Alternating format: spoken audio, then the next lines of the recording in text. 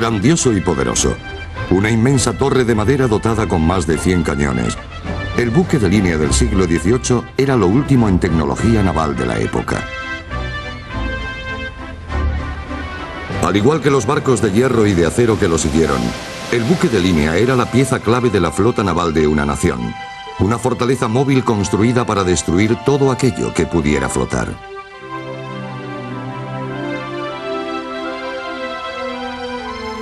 Con ellos, el diseño de barcos de madera alcanzó su máximo esplendor. Estas superarmas marítimas libraron algunas de las batallas más feroces jamás contempladas por los mares. Una de ellas fue un incidente casi desconocido que sirvió para decidir el futuro de la Guerra Revolucionaria Americana. La otra dio fama eterna a un apocado y manco almirante inglés llamado Horatio Nelson. Los buques de línea dominaron los océanos del mundo durante casi 200 años. En este tiempo, se ganaron un lugar de honor dentro de la historia naval, siendo uno de los barcos de guerra más temibles jamás construidos.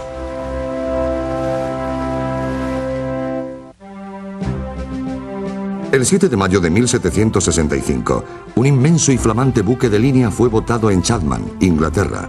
Se llamaba buque de línea porque debía luchar formando una única y rígida línea de batalla, pero las ironías del destino hicieron que pasara a la historia como el buque insignia del almirante Nelson, gracias a una batalla en la que éste ignoró por completo esas tácticas lineales y que le sirvió para obtener uno de los triunfos más aplastantes de la era de la navegación, la batalla de Trafalgar. Se llamaba el HMS Victory y sería el modelo de un tipo de navío que se convertiría en el buque de guerra más poderoso de su época.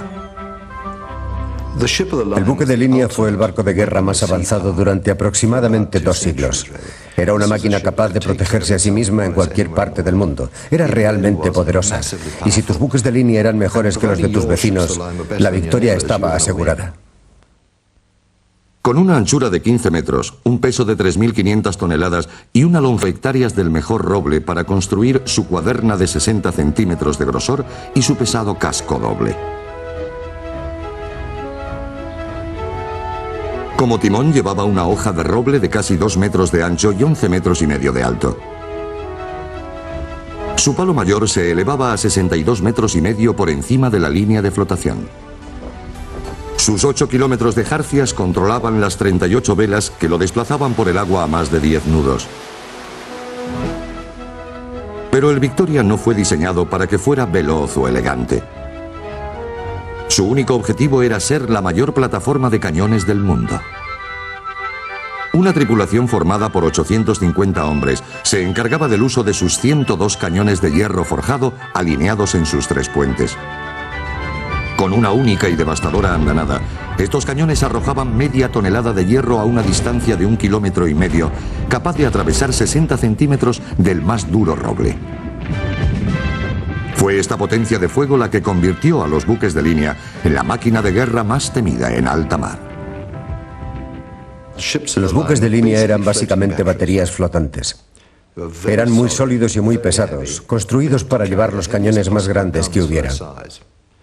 Su objetivo consistía en acercarse lo más posible a otra batería flotante similar de otro país diferente y mandarlo al infierno. Ese era su único objetivo. Los cañones eran un añadido sorprendentemente reciente en la ingeniería naval. Durante siglos, los barcos de guerra se construían únicamente para llevar a bordo hombres armados. A finales de la Edad Media, el papel del barco en las batallas era servir de plataforma a soldados que apenas se diferenciaban de los del ejército de tierra. La función de los barcos era acercar esos soldados hasta una nave enemiga, aferrarla con rezones y finalmente abordarla y capturarla. Debido a los resultados obtenidos con estas tácticas tan sencillas como brutales, los cambios en el diseño de barcos fueron lentos. La galera de remos fue el buque de guerra más extendido durante miles de años. Pero a partir de la segunda mitad de este milenio, los cambios se fueron acelerando y en el siglo XVI la galera fue sustituida por el más robusto y versátil galeón. Sin embargo, al principio, estas impresionantes naves eran empleadas principalmente como vehículos para el transporte de tropas. Tenían un castillo o una gran estructura cerca de la proa y otra junto a la popa. La zona entre una y otra, llamada combés, quedaba próxima a la línea de flotación.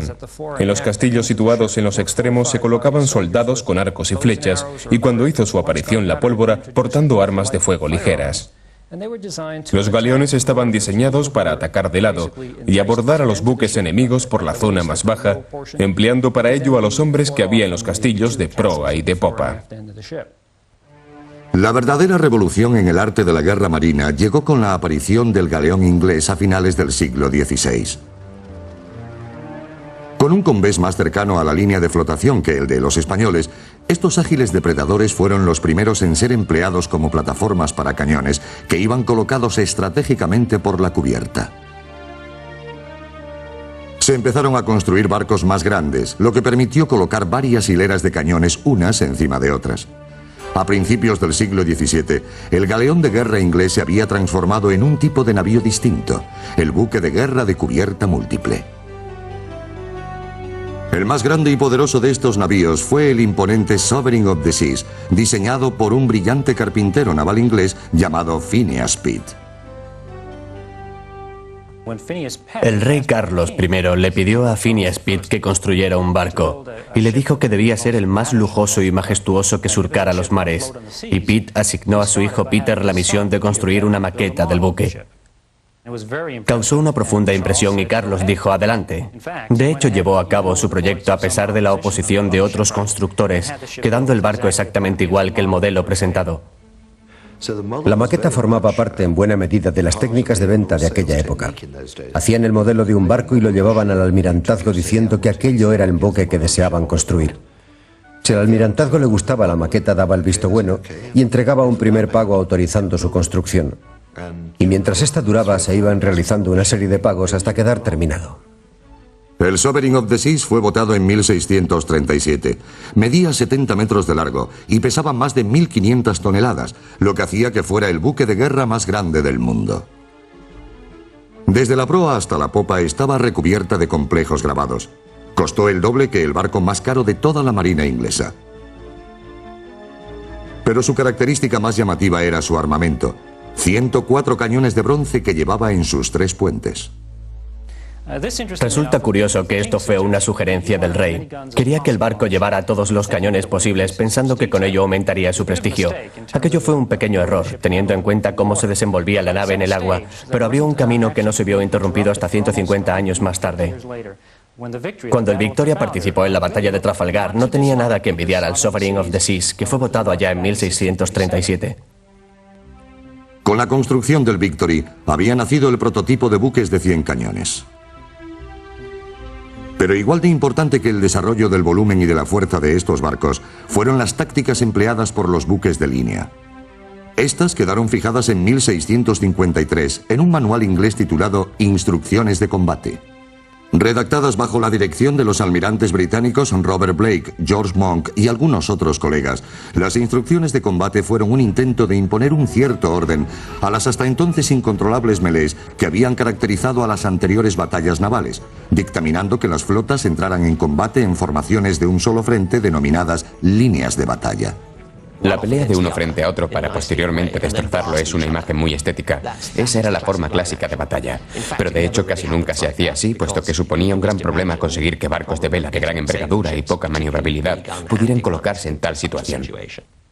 Además de abogar por una disposición más sistemática de la flota, colocando los barcos lo más cerca posible y formando una sola línea, este tipo de planteamiento les permitía aprovechar al máximo el poder artillero de sus cañones, lanzando una tremenda descarga de fuego contra el enemigo, sin ser obstaculizados por otras naves.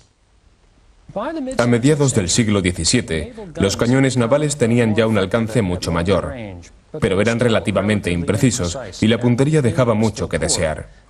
La mejor manera de capitalizar las ventajas de la pólvora en aquellos días era disparando los cañones desde los costados, de manera perpendicular al eje del barco. Los grandes y fuertemente armados barcos encargados de formar estas líneas de batalla pronto empezaron a ser denominados buques de línea por aquellos que los capitaneaban. Con el paso del tiempo, los buques de línea fueron clasificados según su capacidad de combate. En la Marina Británica estaban subdivididos en 4 grupos llamados categorías. Un buque de línea de tercera categoría tenía entre 64 y 80 cañones y llevaba una tripulación de hasta 720 hombres. Uno de segunda categoría medía casi 60 metros y contaba con 98 cañones. Y en la cúspide de la pirámide naval, un buque de primera como el HMS Victory llevaba más de 100 cañones. Debido a su tamaño y a su precio, nunca hubo más de una docena de estos barcos al servicio de la Marina Británica al mismo tiempo. Los de tercera categoría, por el contrario, eran mucho más numerosos. En 1805, 147 de los 175 buques de línea británicos eran del tipo más pequeño. Pero independientemente de su tamaño o nacionalidad, todos estos buques luchaban del mismo modo en formaciones de una sola línea. Poco después de la publicación de las instrucciones de combate en Gran Bretaña, esta rígida táctica lineal fue adoptada por todas las potencias navales del mundo. Durante más de un siglo sería la estrategia dominante en todas las batallas. Y esta rigidez se reflejaba también en las normas que regían las vidas de los tripulantes de los buques de línea. Un buque de línea del siglo XVIII como el HMS Victory representaba la suma de conocimientos adquiridos durante 6.000 años. Toda la experiencia en construcción de barcos, acumulada desde las primeras galeras egipcias hasta los ágiles galeones que derrotaron a la Armada española, se vio representada en esta inmensa mole de roble empujada por cientos de metros de lona. El Victory era nada menos que el resumen de una cultura, una civilización a la que los oficiales navales de aquella época llamaban un mundo de madera. Aparte de las pirámides, no existía en la Tierra nada más grande nacido de la mano del hombre. Y por supuesto nada más dinámico. Era perfecto en todos los sentidos. Y hasta que no hizo aparición un nuevo tipo de material, un nuevo método de propulsión, nada podía vencerlo. Pero para la tripulación, las ventajas de su barco en el aspecto náutico iban en detrimento de su propio confort y bienestar. Diseñado por la idea de contar con el máximo poder artillero y la mayor resistencia, el buque de línea era por lo general un lugar húmedo, oscuro y maloliente. Encerrados entre sus paredes de madera, los tripulantes pasaban todas las horas de todos los meses, a veces incluso años, viviendo, luchando y muriendo dentro de la estrechez de su nave. La vida a bordo de estos barcos era realmente difícil y complicada. Estamos hablando de 800 u 850 hombres a bordo de buques de guerra de 100 cañones. Básicamente estaban organizados en 2 guardias, a veces 3, es decir, con 4 horas de servicio y 4 descansando. Vivían, comían y luchaban siempre en el mismo sitio, es decir, entre los puentes de cañones del barco. Tenían mesas que se desplegaban en las cubiertas, en las cuales comían. Tenían baúles para sus pertenencias o bolsas de lona que colgaban de unos ganchos. De noche, aquellos que no estaban de guardia desenrollaban sus hamacas y dormían balanceándose de ganchos colocados en las vigas que había sobre los cañones, muy cerca de los animales de granja que servirían para abastecer de carne a los oficiales. En este puente en cuestión dormían y trabajaban 400 hombres, y era aquí donde hacían sus guardias y donde luchaban. Esta hamaca es sin duda un elemento muy versátil. Versátil porque era donde dormían los marineros. Medían 45 centímetros de ancho. Uno puede imaginarse a 400 personas durmiendo aquí a las 4 de la mañana, en hamacas de 45 centímetros y con el ganado a pocos metros de distancia. Supongo que el olor debía ser muy desagradable. Todas las mañanas, a eso de las 6, la hamaca se volvía a enrollar quedando más o menos así. De hecho, exactamente así. Y las llevaban a la cubierta superior para dejarlas en unas redes especiales para que pudieran ser empleadas como chalecos salvavidas o incluso como chalecos antibalas llegado el caso. También servía de mortaja. Y si en tiempos de paz, no durante una batalla, moría un marinero, se le colocaba en su hamaca, cada uno tenía la suya. Se ponía una pesa a los pies y otra a la cabeza, y se cosía por completo para, de este modo, hacerle un entierro digno de un buen cristiano y luego arrojarlo por la borda.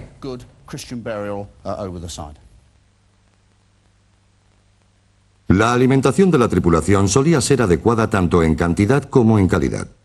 La comida principal a bordo de un buque de línea era al mediodía y consistía básicamente en carne de cerdo o de ternera salada, galletas, algún tipo de pudín y ocasionalmente mantequilla o queso. La comida se preparaba en la cocina, que estaba en la parte superior, y se servía en un plato de madera como este. En Inglaterra decimos que hay que comer una comida caliente cuadrada al día. La expresión proviene de aquí, de este tipo de barco y de aquella época. Para combatir el aburrimiento se distribuía diariamente una mezcla de ron con agua llamada grog. Una costumbre muy querida por la Marina Real y que siguió practicándose hasta bien entrado el siglo XX. La ración diaria de grog era suficiente para llevar al que lo bebiera a un punto de embriaguez, pero sin excederse. Sorprendentemente, la paga no era tan mala como las condiciones de vida a bordo. Los marineros más veteranos ganaban 33 chelines al mes, una cifra muy considerable para la época, pero disponían de pocas oportunidades para gastarse ese dinero. Los buques de línea estaban diseñados para pasar hasta 6 meses seguidos en el mar. Incluso al llegar a puerto era muy difícil conseguir permiso para desembarcar porque las deserciones eran frecuentes. Debido a estas restricciones, a menudo se permitía a las mujeres de los marineros y a sus familias subir a bordo del barco y convivir en él cuando éste estuviera atracado, por lo que resulta fácil imaginarse el hacinamiento resultante. El ciclo normal de procreación no se detenía porque las mujeres estuvieran a bordo. Si alguna se ponía a dar a luz y tenía algún problema para hacerlo, se le bajaba al lugar donde estaban los cañones, colocándola entre dos de ellos. Y para ayudarla se disparaba el que estuviera a babor y luego el que estaba a estribor. Con esto se pretendía facilitarle la labor. Y de ahí proviene la expresión inglesa niño cañón. Los aproximadamente 50 oficiales que había a bordo de un buque de línea llevaban una vida muy distinta a la de los otros tripulantes. Su comida era mejor y disfrutaban de camarotes mucho más confortables situados cerca de la popa del barco. Los tenientes y suboficiales disponían de una zona relativamente espaciosa donde comer. Los oficiales de mayor graduación, es decir, el almirante del buque insignia y el comandante, vivían en bellas habitaciones decoradas con lujosos muebles y con grandes ventanas por las que pasaba la luz del sol. Ningún marinero podía acceder a esta zona del barco salvo por una orden específica. Estas líneas de demarcación se mantenían con un estricto sistema de disciplina. El encarcelamiento, la flagelación y en algunos casos la ejecución era el castigo a pagar por aquel que violara las normas. A bordo del barco había siempre contingente de hombres fuertemente armados, llamados marines, cuya misión no era solo luchar contra el enemigo, sino también el garantizar el orden entre la tripulación. En tiempo de guerra eran básicamente francotiradores. Su misión consistía en subir a los mástiles y disparar desde ahí. Si había necesidad de realizar alguna operación anfibia, eran los marines los que lo llevaban a cabo. También se ocupaban de sofocar cualquier intento de motín. Puede decirse que para los oficiales eran una fuerza de disciplina independiente. Si estando en alta mar surgía algún problema, formaban un grupo separado del resto de la tripulación. Además de los marines, había que contar con otros tripulantes especializados a fin de garantizar que estas ciudades flotantes pudieran estar en el mar durante largos periodos de tiempo. A bordo había médicos y personas encargadas de hacer y reparar velas, pero los más importantes eran los carpinteros. Además de mantener todos los elementos de madera en buen estado, el carpintero de un buque de línea británico tenía una tarea muy especial que resultaba crucial durante la batalla. Su misión consistía en organizar el trabajo de tal modo que con la ayuda de algunos miembros de la tripulación pudiera reparar los daños provocados por el fuego enemigo de manera inmediata. Otro elemento interesante que se puede observar en esta maqueta es un detalle arquitectónico llamado ala, que va desde la proa hasta la popa por el interior de ambos costados del barco. Este enrejado de 1 metro de ancho aproximadamente formaba lo que se llamaba la cubierta de reja y estaba en la misma línea de flotación y servía para que el carpintero y sus hombres pudieran ir de un sitio para otro tapando los agujeros provocados por las balas durante la batalla. Era un sistema muy efectivo y muy pocos barcos se hundieron durante el curso de una batalla. A pesar de las extremas condiciones de vida a bordo de un buque de línea, la mayoría de los hombres eran voluntarios muy especializados en sus tareas. Los oficiales debían ser competentes, los hombres debían ser competentes. Todos se enorgullecían de su competencia. El auténtico marinero británico era un hombre muy seguro de sí mismo y formaba parte de una raza distinta. Se consideraban superiores a los hombres de tierra en todos los sentidos y podían distinguirse a una legua de distancia. Independientemente de su rango o condición, todos los hombres que iban a bordo de un buque de línea británico se sentían unidos por un denominador común, un fuerte sentido del nacionalismo que les motivaba a derrotar a los enemigos de su rey y de su patria.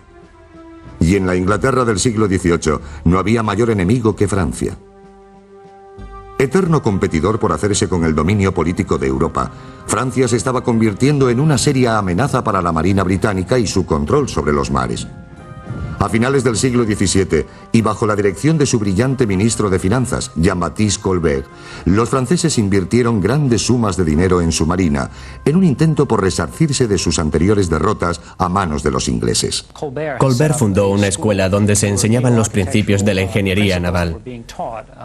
De ese centro salieron hombres capaces de construir barcos maravillosos e innovadores. Las cualidades de navegación de los nuevos buques de línea franceses reflejaban las reformas de Colbert. Eran, en términos generales, más veloces y maniobrables que los barcos ingleses de su misma clase. Los franceses prestaron mucha más atención al diseño del casco. Hicieron de ello una ciencia mucho antes de que lo hiciéramos nosotros y dedicaron mucho tiempo al estudio del funcionamiento del casco. Nosotros fuimos más indolentes. Básicamente veníamos a decir que no importaba lo rápido que se iba si al final se llegaba. Fueron ellos los que pensaron que estaría bien contar con un barco un poco más veloz, que con ello alcanzarían a los ingleses antes o bien podrían huir si fuera necesario, y decidieron construir un barco mejor. La nueva política naval francesa también contemplaba un aumento notable en la construcción de barcos. Al estallar la Revolución Americana en 1776, Francia poseía una flota de 74 modernos buques de línea comparados con los 69 de Inglaterra. La entrada de Francia en el conflicto del lado de los americanos en 1778 supuso la prueba de fuego entre los buques de línea franceses e ingleses en una batalla que cambiaría la historia.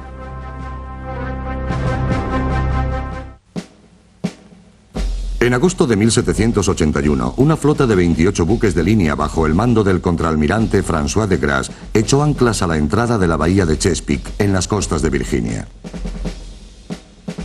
La flota había venido a solicitud del general George Washington, que necesita contar con el apoyo naval galo para acabar de someter al general británico William Cornwallis, que se encontraba asediado en la cercana península de Yorktown. Washington sabía que los barcos franceses serían la clave de su éxito en esa campaña y tal vez en toda la guerra. Si lograban suprimir la línea de suministros marinos de Cornwallis, podría unirse a las tropas del general Lafayette y derrotar a los mejores ejércitos británicos de las colonias. Mientras tanto, el comandante naval británico en aguas americanas, el contraalmirante Thomas Graves, se dirigía a la bahía de Chesapeake con una flota de 19 buques de línea. Desconocedor de la presencia de Grasse, Graves pretendía entregar a Cornwallis víveres y 2.000 hombres de refresco. El 5 de septiembre, la flota de Graves vio a los franceses echando anclas a lo largo de la costa sur de la bahía de Chesapeake. De Grasse acababa de ceder 4 de sus barcos y contaba ahora con 24 buques de línea, 5 más que Graves. A pesar de que este último contaba con las ventajas de posición, marea, viento y sorpresa, en lugar de atacar inmediatamente a los desprevenidos franceses, Graves perdió un tiempo precioso colocando a su flota en una única línea de formación, tal y como mandaban las instrucciones de combate. Desde su puesta en práctica 100 años atrás, las tácticas lineales habían dado muy buenos resultados a la Marina británica. Este tipo de formación permitía a todos los barcos gozar de un campo de fuego despejado. En esta época, el único medio que tenían las naves para comunicarse entre sí era empleando banderas de señales, pero estas quedaban pronto ocultas por el humo de la pólvora, por lo que los capitanes recibían una única y clara orden: mantener su puesto en la línea y disparar indiscriminadamente al barco enemigo que tuviera enfrente. Pero al dictar qué podía hacer y no hacer el comandante, la táctica lineal limitaba la iniciativa individual y las acciones intrépidas. Y teniendo en cuenta la escasa maniobrabilidad de los buques de línea británicos, el que un escuadrón se alineara para la batalla era una labor dolorosamente lenta. Para cuando la flota de Graves estaba en formación, de Grasse había conseguido desplegar sus velas y adentrarse al mar huyendo de lo que habría sido una trampa mortal británica. La flota francesa decidió entonces formar su propia línea de batalla en las afueras de la bahía de Chesapeake. Pero de Grasse no tenía ninguna intención de arriesgar sus barcos en encuentros cuerpo a cuerpo con las más sólidas naves británicas. En lugar de ello, aplicó una clásica táctica francesa para abortar los esfuerzos de Graves por acabar con ellos. Ordenó a sus artilleros que apuntaran alto hacia los palos, mástiles y aparejos de los barcos ingleses, con el fin de diezmar su capacidad de maniobra.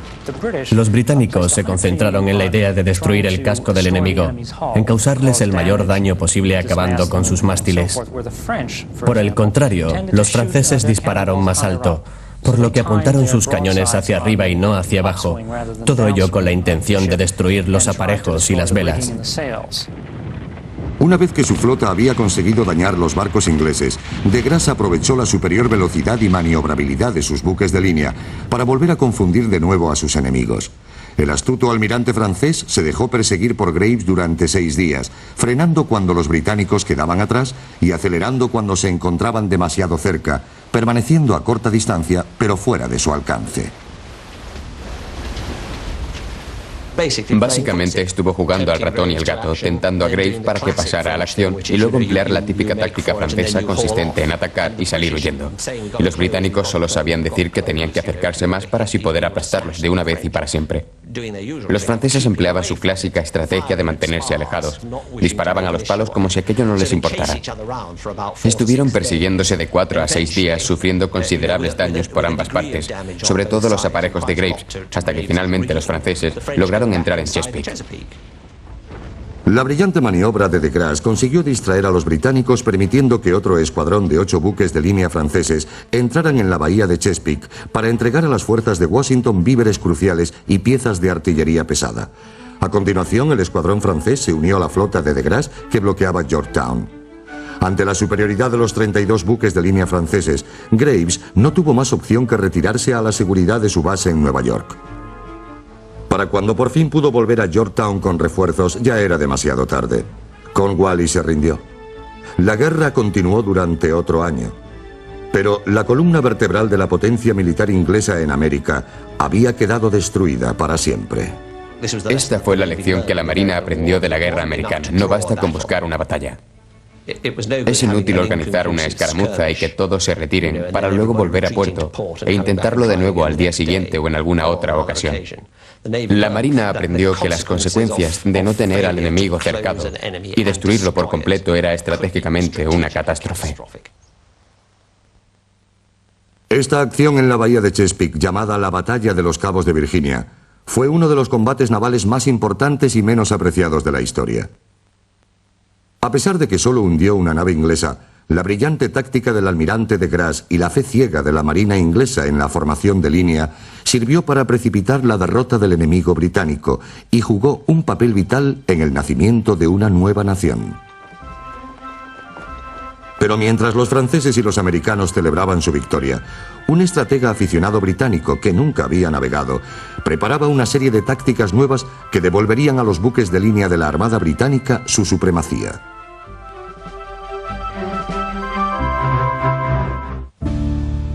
Durante toda su vida, John Clerk había sentido una enorme fascinación por las batallas navales y los buques de línea. Nacido en Escocia en 1728, no vio su primer barco hasta cumplir los 10 años. Pero había leído con avidez el libro de Daniel Defoe sobre un náufrago llamado Robinson Crusoe, y no había nada que le gustara más que jugar con barcos de papel en el estanque de su padre. Al hacerse mayor, las tácticas navales se convirtieron en una obsesión para él. Su familia le prohibió alistarse a la marina, por lo que se dedicó a coleccionar diagramas de famosas batallas. Llegó incluso a construir decenas de pequeñas réplicas de los buques de línea, transformando cualquier mesa en un campo de batalla a escala en las que experimentaba con nuevas formaciones. Clerk acabó volcando su interés en el análisis de las instrucciones de combate.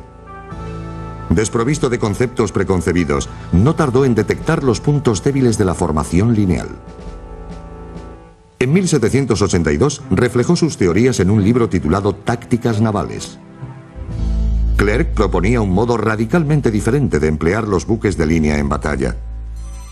En lugar de alinearse ante la flota enemiga y luchar contra los barcos uno a uno, el atacante debería cargar contra el enemigo desplazando su línea para golpearle allá donde fuese más débil. La razón por la que hay que romper la línea es que esto te permite barrer al enemigo. Así que en lugar de lanzar andanadas de costado a costado, lo que se hace es golpearles en su punto más vulnerable, lo cual se consigue disparando de costado, al tiempo que se navega hacia su proa o su popa. Hay que recordar que los barcos llevaban los cañones dispuestos de babor a estribor, lo cual suponía una gran debilidad para los buques de guerra de los siglos XVII y XVIII. Así que romper la línea enemiga permitía atacar sus puntos más vulnerables.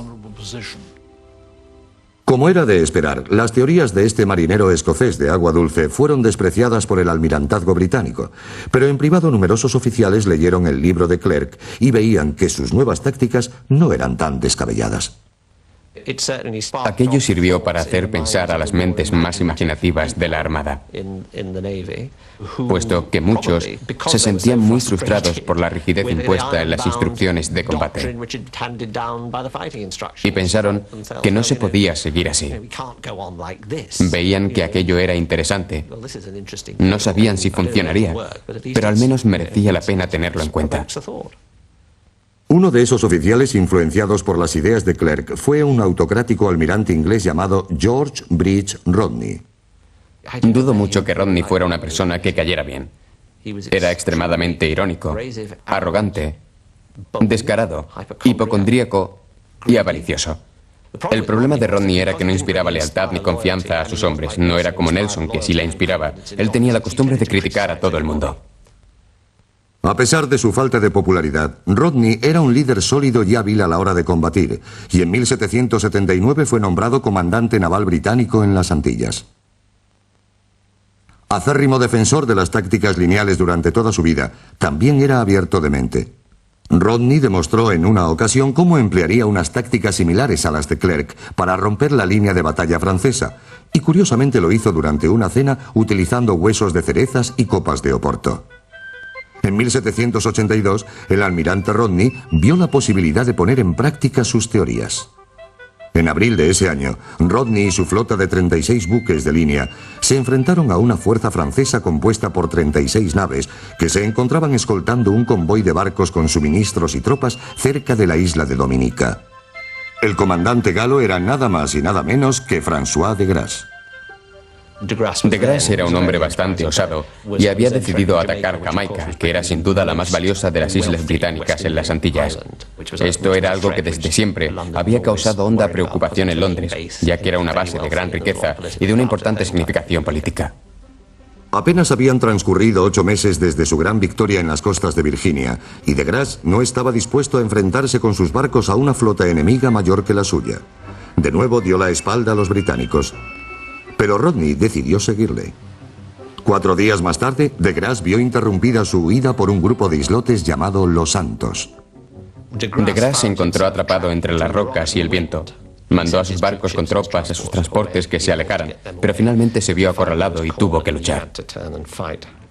La batalla comenzó como todas las protagonizadas por la Marina Real desde hacía un siglo, quedando la flota de Rodney en perfecta formación. A continuación, los barcos británicos se dirigieron directamente hacia los franceses. Sorprendido por la maniobra, de Grasse fue incapaz de aprovechar la mayor velocidad de sus naves para huir. Mientras Rodney permanecía sentado en un sillón colocado en cubierta y chupando un limón, sus buques de línea rodearon a pequeños contingentes de naves francesas, atacándolas sin piedad. Al acabar la batalla de los Santos, los británicos habían capturado 5 buques de línea enemigos y el resto de la flota francesa aprovechó la confusión para escapar del lugar.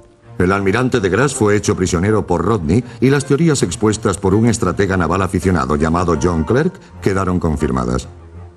El almirante Rodney había demostrado que si los buques de línea británicos eran dirigidos con ingenio y atrevimiento, podrían derrotar a cualquier barco enemigo.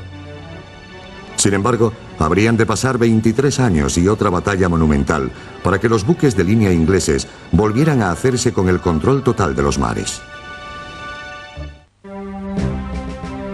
El 29 de septiembre de 1805 había fiesta a bordo del HM Victory. El buque insignia de Horatio Nelson era el lugar elegido para celebrar el 47º cumpleaños del almirante, y todos los comandantes de su flota de 27 buques de línea se habían reunido en su camarote para felicitarle. Se encontraban anclados cerca del puerto español de Cádiz, donde aguardaban la llegada de una flota conjunta franco-española compuesta por 33 buques de línea, sabiendo que su encuentro daría lugar a una batalla decisiva para las guerras napoleónicas. Por aquel entonces, Napoleón Bonaparte había concentrado todas sus fuerzas y las de sus aliados con la idea de vencer definitivamente a Inglaterra, y la flota combinada franco-española era la columna vertebral de su poderío naval. Si conseguía vencer a la Marina Real, el general Corso tendría abiertas las puertas a la invasión de Gran Bretaña. La importancia del momento era tanta que el almirante Nelson reunió a sus oficiales para discutir con ellos la estrategia a seguir en la inminente batalla. Sabían lo que tenía planeado y que sufrirían un poco, pero que al final vencerían. Se limitaron a discutir sobre los buques que capturarían. Ni se les pasó por la cabeza la derrota. Tal era su nivel de confianza. Basándose en las teorías de Clerc y de Rodney, Nelson pretendía romper la línea enemiga y destrozarlos uno a uno. Pero en lugar de navegar en paralelo a sus contendientes y luego atacar de frente como había hecho Rodney en la Batalla de los Santos, Nelson tenía previsto atravesar la línea enemiga empleando dos columnas. Su objetivo era que la batalla fuese una pelea de cuerpo a cuerpo, en la que la superior formación de sus marineros y la mayor solidez de sus buques de línea acabarían por vencer a las más veloces y maniobrables naves francesas. La estrategia de Nelson se fundamentaba también en dos innovaciones técnicas introducidas en los buques de línea ingleses.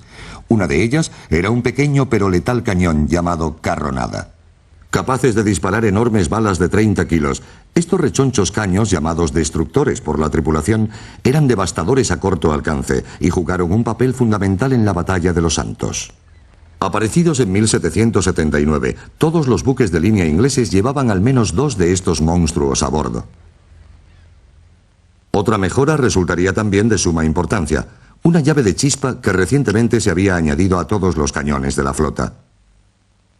Mucho más rápido y preciso que el anterior sistema de disparo con mecha, esta llave de chispa permitía una mayor velocidad a la hora de lanzar andanadas. El plan de Nelson era extremadamente atrevido, incluso si se compara con las tácticas revolucionarias de John Clerc. En una carta dirigida a su amante, lo denominó insolentemente el toque Nelson. 30 de octubre de 1805. Poco después del mediodía, uno de los vigías a bordo de una fragata de reconocimiento perteneciente a la flota de Nelson observa cómo los buques franco-españoles salen de su puerto. A pesar de tener 6 barcos menos, Nelson confiaba en la superioridad de sus marineros y sus buques de línea. Inmediatamente dio la orden de preparar sus naves para la batalla, incluyendo su camarote. Este puente fue transformado para acoger más cañones. Se calcula que había 80 sudorosos marineros al frente de ellos. Colocaron un cañón por aquí, quitaron estos pernos de aquí y de aquí y aquí, colocando cañones tanto arriba como abajo, lo que les daba un arco de fuego de 340 grados y un alcance de 2,5 kilómetros. Siguiendo las típicas estrategias francesas, el comandante de la flota franco-española, el vicealmirante Pierre Villeneuve, intentó dejar atrás a los ingleses aprovechando su mayor velocidad. Pero la mala preparación de sus marineros y la nacionalidad mixta de sus barcos no tardaron en pasar factura. Muchas de las naves españolas intentaron aprovechar la noche para escapar de sus perseguidores, por lo que Villeneuve decidió formar una línea y luchar. Era el momento que Horatio Nelson estaba esperando desde que empezó su carrera. En la mañana del 21 de octubre y en el Cabo de Trafalgar, ordenó enviar un mensaje que pasaría a la historia. Inglaterra espera que todos y cada uno cumplan con su deber. Aquello provocó los vítores de todos los tripulantes de la flota, al tiempo que los barcos ingleses se dirigían hacia la línea de batalla enemiga de 8 kilómetros. Durante casi una hora, las dos columnas de Nelson avanzaron lentamente, ignorando el fuego enemigo. Iban a solo 3 nudos, por lo que durante mucho tiempo y hasta que lograron romper su fila, recibieron un duro castigo por parte de los franceses y los españoles. Pero el roble de los buques de línea ingleses demostró su solidez. Al frente de una de las columnas, el HMS Victory perdió parte de su mástil y su timón quedó inutilizado antes de que pudiera tan siquiera lanzar un primer disparo. Durante el resto de la batalla, el Victory tuvo que ser dirigido desde el interior del barco, empleando una enorme pieza de madera clavada directamente al timón. Esta enorme caña de timón debió ser movida a mano, y no con el timón de cubierta, ya que este quedó destrozado casi al principio de la batalla. Pero 30 marineros colocados a estribor y 30 marineros situados a babor emplearon cabos para hacer las maniobras necesarias y poder desplazar el barco en un sentido u otro. A pesar de los daños sufridos, el Victory siguió navegando, dirigiéndose hacia el centro de la línea enemiga. Solo cuando se encontraba justo delante de los barcos de Villeneuve, dio Nelson la orden de abrir fuego.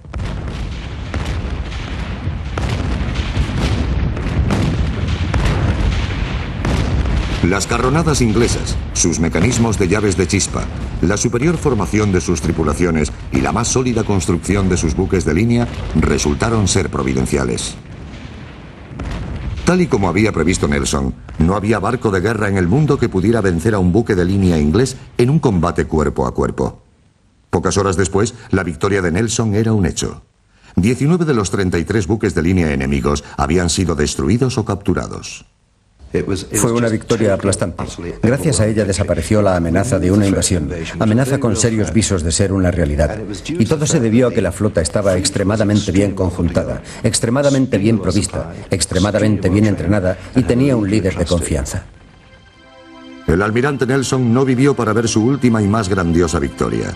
Mientras observaba impasible el transcurrir de la batalla desde la popa del Victoria, un francotirador francés situado en un barco cercano le alcanzó con un certero disparo. Murió algunas horas más tarde, pero no antes de que le dijeran que la victoria había sido aplastante. En una época en la que conseguir capturar 5 buques de línea enemigos era considerado una gran hazaña, la brillante estrategia del almirante Nelson, sus incomparables dotes de mando y su enorme audacia habían conducido a la flota inglesa a uno de los triunfos navales más importantes de todos los tiempos. Nelson transformaba en victorias lo que otros almirantes más conservadores consideraban un riesgo. Lo hacía tantas veces que dejó de ser una casualidad. Ese hombre era un genio, y lo más grandioso es que así fue reconocido en su época, lo que es algo muy inusual. Al salvar a Gran Bretaña de la invasión, la batalla de Trafalgar dio a Horatio Nelson un lugar en la historia, lugar que compartiría con los muros de madera de Inglaterra, sus buques de línea. Después de Trafalgar, aún habría otros enfrentamientos protagonizados por los buques de línea, pero ninguno tan trascendente. 7 años más tarde, las batallas marinas de la guerra de 1812 fueron libradas por buques de guerra más pequeños, más veloces y más ligeros. Y 10 años después, la Marina Real encargó la construcción del primer buque de guerra de vapor, dando así fin a la era de los barcos de vela. Me encantaría tener la oportunidad de navegar en un buque de línea. Hay algo mágico en navegar en un enorme barco de vela. El poder asombroso de sus lonas, capaces de empujar silenciosamente por el agua a estas enormes masas de 3 o 4 toneladas de madera, dejando que las olas choquen contra su casco. Es impresionante la fuerza que emana de estas gigantescas moles. Debe ser terriblemente impresionante estar de pie en el Victory, mirar hacia adelante e imaginarse cómo debió haber sido aquello. El HMS Victory se encuentra expuesto de modo permanente en Portsmouth, Inglaterra, y fue el último de estas magníficas naves. Aunque sus cubiertas están en silencio y sus penoles vacíos, nos sigue recordando una época ya pasada, una época en la que la madera, el hierro y la lona sirvieron para crear un buque de guerra incomparable.